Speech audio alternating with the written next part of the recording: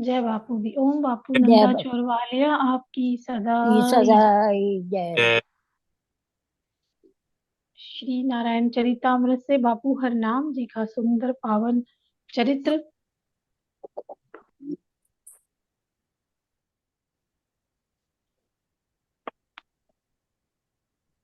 बापू वाह। हरनाम जी महाराज जी आपकी सदा ही जय हो। जय जी जय।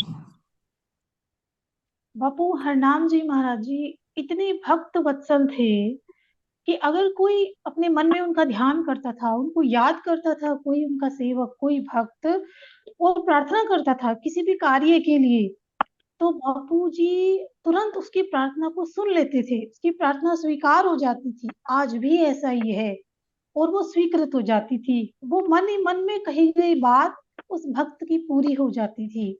और इसका एक बहुत सुंदर उदाहरण, बहुत अच्छा दृष्टांत, कि पाकिस्तान में एक गांव था, गुगेरा गांव।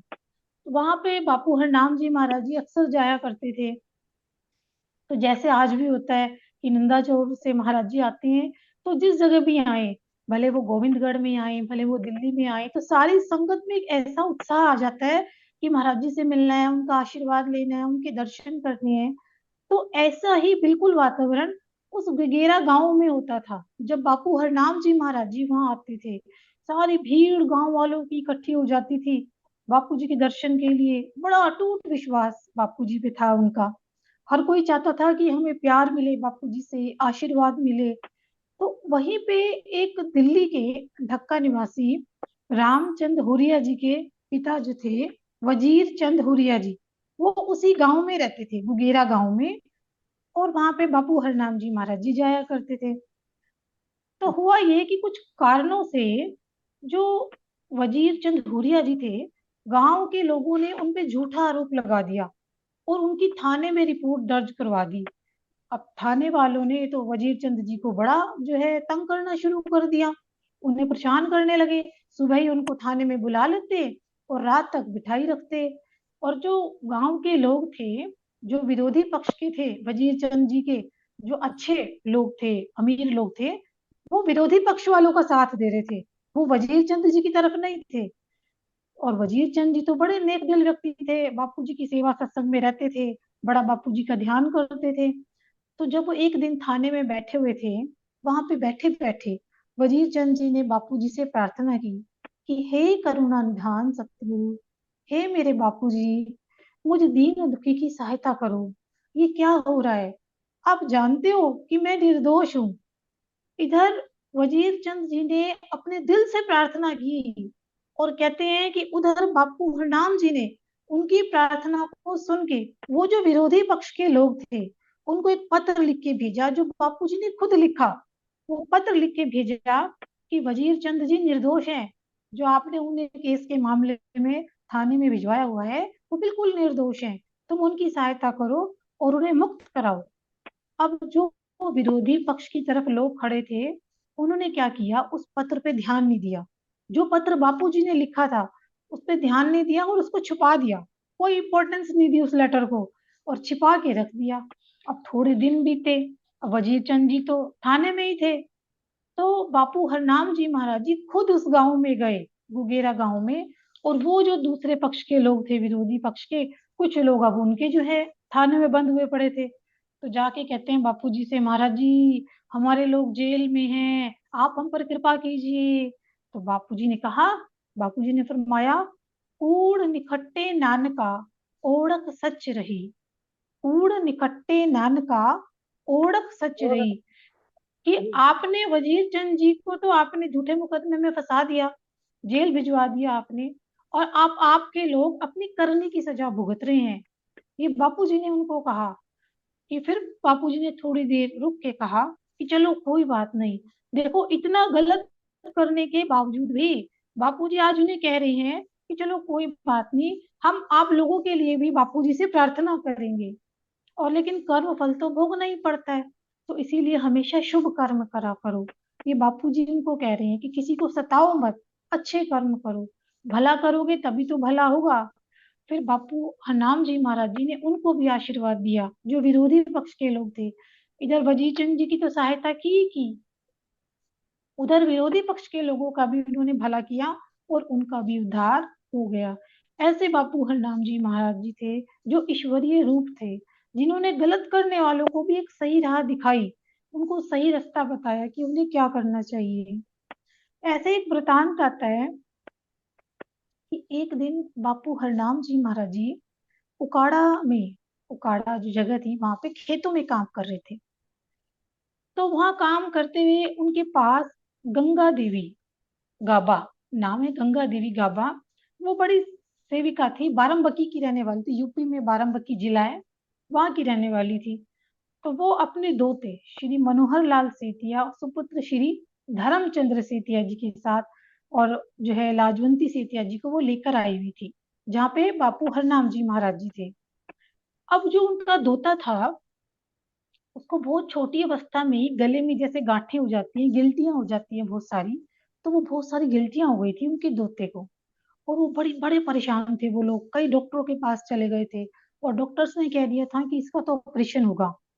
अब वो बापू जी के पास गए, बापू हरनाम जी महाराज जी के पास, और जो गिल्टियां थी ना, उन गिल्टियों में इतनी पस भर गई थी, वो बच्चा भी बहुत छोटा था, कि उसमें से बड़ी स्मेल आती थी, बच्चे में से भी बड़ी स्मेल आती थी। तो वो ऐसी स्थिति बन गई थी कैंसर वाली उस बच्चे की। तो वो डॉक्टरों ने तो कह दिया था कि ऑपरेशन होगा और इसका इलाज संभव नहीं है, भाई कुछ नहीं हो सकता।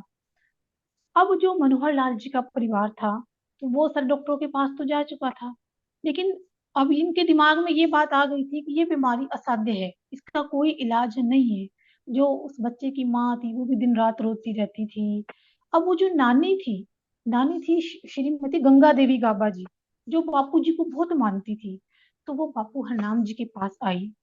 तो उन्होंने क्या किया, अपने जो दोता उनका था उसको गोदी में लिया, और बापू जी के सामने खड़ी हो गई, और बापूजी को कहने लगी कि बापूजी, यदि देना ही था तो लंबी उम्र का बच्चा देते, अब इस बच्चे का क्या उपचार किया जाए। और रोने लगी। अब बापू हरनाम जी महाराज जी ने बड़े ध्यान से बच्चे को देखा, और इतनी दयनीय हाल देख के बापूजी के मन में बड़ी दया भर आई। उन्होंने गंगा देवी से कहा कि बीबी, झोली आगे कर।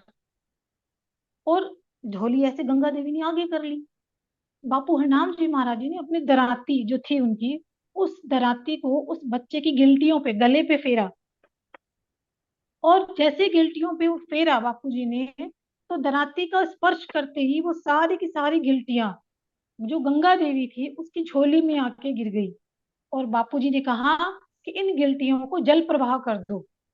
लो, हो गया ऑपरेशन तुम्हारे बच्चे का, कोई चिंता की बात नहीं है, ठीक है तुम्हारा बच्चा। बस इतना बापू वो जी ने कहा। बाबू नंदा चोर वालिया आपकी सदा ही जय। वाह तो वाह। तो कहते हैं डॉक्टरों के वो, डॉक्टर, सर्जन के सर्जन, वाह वाह मेरा जी, बाबू। वाह। तो वो जो बच्चा था वो मनोहर लाल सेतिया जी थे। पूरे जीवन भर उन्हें कैंसर से संबंधित कोई समस्या नहीं हुई, कोई उन्हें ऐसी बीमारी नहीं लगी। इतनी गंभीर बीमारी का बापूजी ने अपने स्पर्श से ही ठीक कर दिया, और सारा जीवन उनका बहुत अच्छा भक्ति करते हुए मनोहर लाल सेतिया जी का व्यतीत हुआ। तो ऐसे बापू हरनाम जी महाराज जी थे, जो भक्तों के कल्याण के लिए कुछ भी कर देते थे। उनके दर से कभी कोई खाली नहीं जाता था। एक तो जहाँ कोई मृत्युशैया पे भी कोई पड़ा है ना, तो मृत्यु जैसे विभीषिका को भी दूर करने की शक्ति रखते थे बापू जी। और हमेशा जो श्रद्धा से उनका ध्यान करता था, तत्काल उसकी इच्छा पूरी करते थे। आज भी ऐसा ही है। बापू जी के पर जिनकी अपार श्रद्धा है, उनकी इच्छाएं पूर्ण होती हैं। एक वृतांत है, एक ऐसा ही प्रसंग है कि उकाड़ा के जो निवासी थे, ये धर्मचंद सेतिया जी, ये एसडी कॉलेज जो लाहौर में पाकिस्तान में था उस समय, वहां से इन्होंने ग्रेजुएशन की थी। तो उन दिनों क्या होता था कि जो बच्चों की शादियां होती थी वो बहुत कम एज में हो जाती थी। अब धर्मचंद सेतिया जी तो जो थे, इनका शादी हुई लाजवंती जी से, और विवाह के बाद वो अपने हॉस्टल में चले गए, वहां पढ़ाई करने लगे। लेकिन जो पत्नी थी लाजवंती, वो तो बड़ी धार्मिक विचारों वाली थी, और महाराज जी पे तो बड़ी श्रद्धा थी, संत तो बड़ी श्रद्धा थी उनकी। और अपने पति से भी कहती थी कि भाई चलो नंदा चौर चलो, बापू जी से आशीर्वाद ले लो, बड़ा कहती थी। लेकिन जो उनके पति थे वो नहीं मानते थे इन बातों को, वो बिल्कुल भी नहीं मानते थे। तो एक बार बड़ा जो है आग्रह किया इन्होंने, की पत्नी ने अपने पति धर्मचंद सेतिया जी से, कि चलो भाई हम ना बापूजी से दीक्षा लेते हैं, तुम भी चलो, अकेली मैं क्या लूंगी, दोनों चलते हैं। लेकिन वो तो हमेशा अपनी धुन में मस्त रहते थे, उनके पति, उनको तो जरा भी विश्वास नहीं था, वो मानते ही नहीं थे। तो एक बार ये जो धर्मचंद सेतिया जी थे, जो इनके साले थे, वो अपने साले गुरबख्श लाल गाबा जी के विवाह में नूरशाह गए। ये शादी के लिए जा रहे हैं, और ये जो गुरबख्श लाल जी का विवाह है, ये जो भक्त अविनाश चंद्र जी हैं, उनकी बहन के साथ हो रहा था, शकुंतला देवी के साथ। अच्छा। तो हाँ जी, तो बारातियों को लेके जो एक बस थी, वो मंगू तारू से नूरशाह की ओर चली। अब बस चल रही है, तो उस बस में आगे की सीट पे बापू हरनाम जी महाराज जी बैठे हुए थे, और जो धर्मचंद सेतिया थे, वो भी अपनी पत्नी लाजवंती के साथ बैठे हुए थे, विवाह में शामिल होने जा रहे थे। और जो लड़की वाले थे, उन्होंने बारात के ठहरने की व्यवस्था की हुई थी एक धर्मशाला में। अब रास्ते में जो जो रास्ता धर्मशाला तक जाता था, वो थोड़ा उबड़ खाबड़ था, कच्ची कच्चा रास्ता था, वहां बस नहीं जाती थी आगे। बड़ा मुश्किल कोई बस जाती थी, वरना जाती नहीं थी, आगे पैदल जाना पड़ता था धर्मशाला तक। तो बस को तो बहुत पहले रुक जाना था, फिर सारे बाराती वहां से जो है पैदल जाने थे। अब जब बारात को आगे जाना था, तो लड़की वालों ने व्यवस्था कर रखी थी घोड़े और बगियों की, कि बगियों में बैठ के बाराती जो है धर्मशाला तक आ जाए। अब वो जो बस में बैठे हुए धर्मचंद सेतिया जी थे, जिन्हें बापूजी पे बिल्कुल भी विश्वास नहीं था, वो मन में सोचने लगे कि लो, बस तो यहीं रुक जाएगी, आगे तो लोगों को पैदल जाना पड़ेगा बगियों में। अपने मन में सोच रहे हैं ये बात, कि मैं तो इन बापू हरनाम जी की शक्ति को तब मानूंगा जब ये बस रास्ते में रुके ही ना, और सीधी धर्मशाला में जाके रुके। अपने मन में ये बात सोच रहे हैं। और इधर जो है, उसी समय बापू हरनाम जी महाराज जी आगे बैठे हुए थे। तो बापू जी ने ड्राइवर को कहा, ओ जवाना, रुकदा क्यों है, चलता चल, जिथे तक हो सकता है बस नू ले जा, बापू हरनाम जी महाराज जी ने कहा। और ये बात सुन के ड्राइवर ने उस बस को नहीं रोका, और बस को धीरे धीरे धीरे धीरे, इतनी खराब सड़क थी, कभी उस पे बस नहीं जा सकती थी, कच्चा बहुत छोटी सी पगडंडी वाला रास्ता, और उस पे निकलते हुए बस धर्मशाला तक पहुंच गई, और वहीं जाकर रुकी धर्मशाला पे। अब जो धर्मचंद सेठिया जी थे, जिनके मन में ये बात आई थी, वो तो बड़े हैरान हो गए। उन्होंने तुरंत अपनी पत्नी से कहा कि भाई, मैं तो आज बापूजी की लीला को देख के बड़ा प्रभावित हूँ। जो कभी अपनी पत्नी की बात सुनते ही नहीं थे, आज उन्होंने अपनी आंखों से वो देखा। तो वो कहते हैं कि मैं तो इस महापुरुष की शक्ति को समझ गया हूँ। और फिर वो तैयार हो गए, और उन्होंने अपनी पत्नी से कहा कि हम आज ही बापूजी से जो है, हम नाम दीक्षा लेंगे। और प्रार्थना उन्होंने की बापूजी से जाके। अब ये सुन के पत्नी तो बड़ी खुश हुई, लाजवंती जी, और दोनों पति पत्नी मिलकर बापूजी के पास गए, और उन्होंने दीक्षा के लिए प्रार्थना की। और बापू हरनाम जी महाराज जी ने भी दोनों पे खूब कृपा दृष्टि की, दोनों को नाम दान दिया, और खूब आशीर्वाद दिया।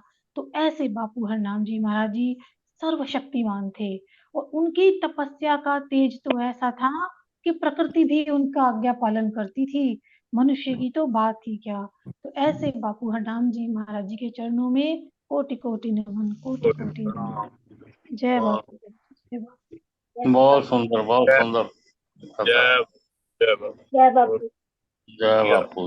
बापू, क्या बात है। तो अंदाजा, बापू श्रद्धा राम जी के भी गुरु। वो तो कितने महान शक्ति होंगे, ऐसे थोड़ा उनको महाबली कहा हुआ। बापू श्रद्धा राम जी के, वाह वाह। मेरे प्यारे गुरु हर नाम, तुझ में शक्ति बड़ी महान, तुझ में शक्ति बड़ी महान, नहीं कोई महाबली तुझ सा, तेरी जग में ऊंची शान, नहीं कोई महाबली सा। वाह जी वाह। तो कोई हरनाम बापू जी का जो है ना, वो जहाँ इनका जन्म हुआ है ना, वो गलियों का है, भजन है, बड़ा सुंदर है। हेड़िया, हेड़िया पढ़ दो। हार थो हेड़िया, सुंदर ने गलियां तेरिया, वो एक भजन रोज सुन लिया करें हम, बापू थो राम जी का जब भी हेड़िया। अंग समापन हो तो साथ साथ में गा दो, आप गा दो, ये अगर आता है तो गा दो।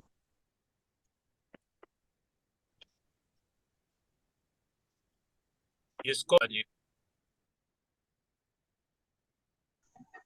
बलिहार तैथों हेड़ियां सुंदर निगलियां तेरियां, बलिहार तैथों हेड़ियां सुंदर निगलियां तेरियां, जिथे गुरु हरि नाम जी ने आके पाइयां फेरियां, बलिहार तैथों हेड़ियां।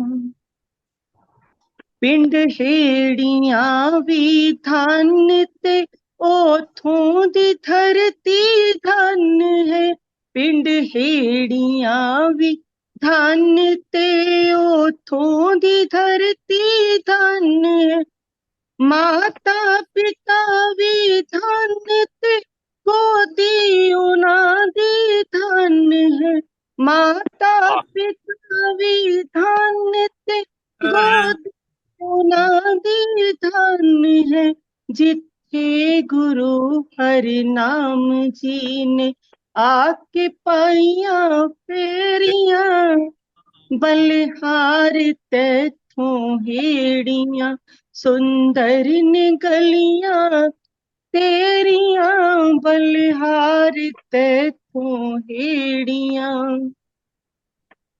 तो मैं घर नूं आ गए दुखियां गरीबां वास्ते, तो मैं घर नूं आ गए दुखियां गरीबां वास्ते, बख्शिशां दे दर तू खोल बदनसीबां वास्ते, बख्शिशां दे दर तू खोले बदनसीबां वास्ते, की करां सिफतां गुरु, की करां सिफतां गुरु, हरि नाम जी मैं तेरियां, बलिहार तैथों हेड़ियां सुंदर निगलियां तेरियां, बलिहार तैथों हेड़ियां।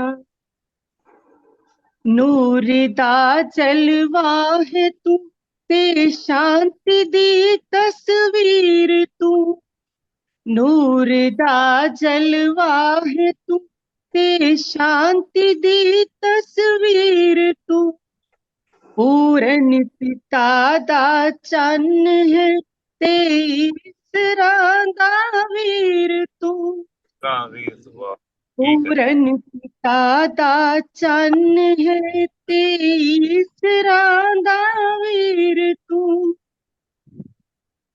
हर कौरां दी सानू हरि नाम जी, यादां सानू हरि नाम जी, अज आ रहियां ने तेरियां, बलिहार तैथों हेड़ियां सुंदर निगलियां तेरियां, बलिहार तैथों हेड़ियां।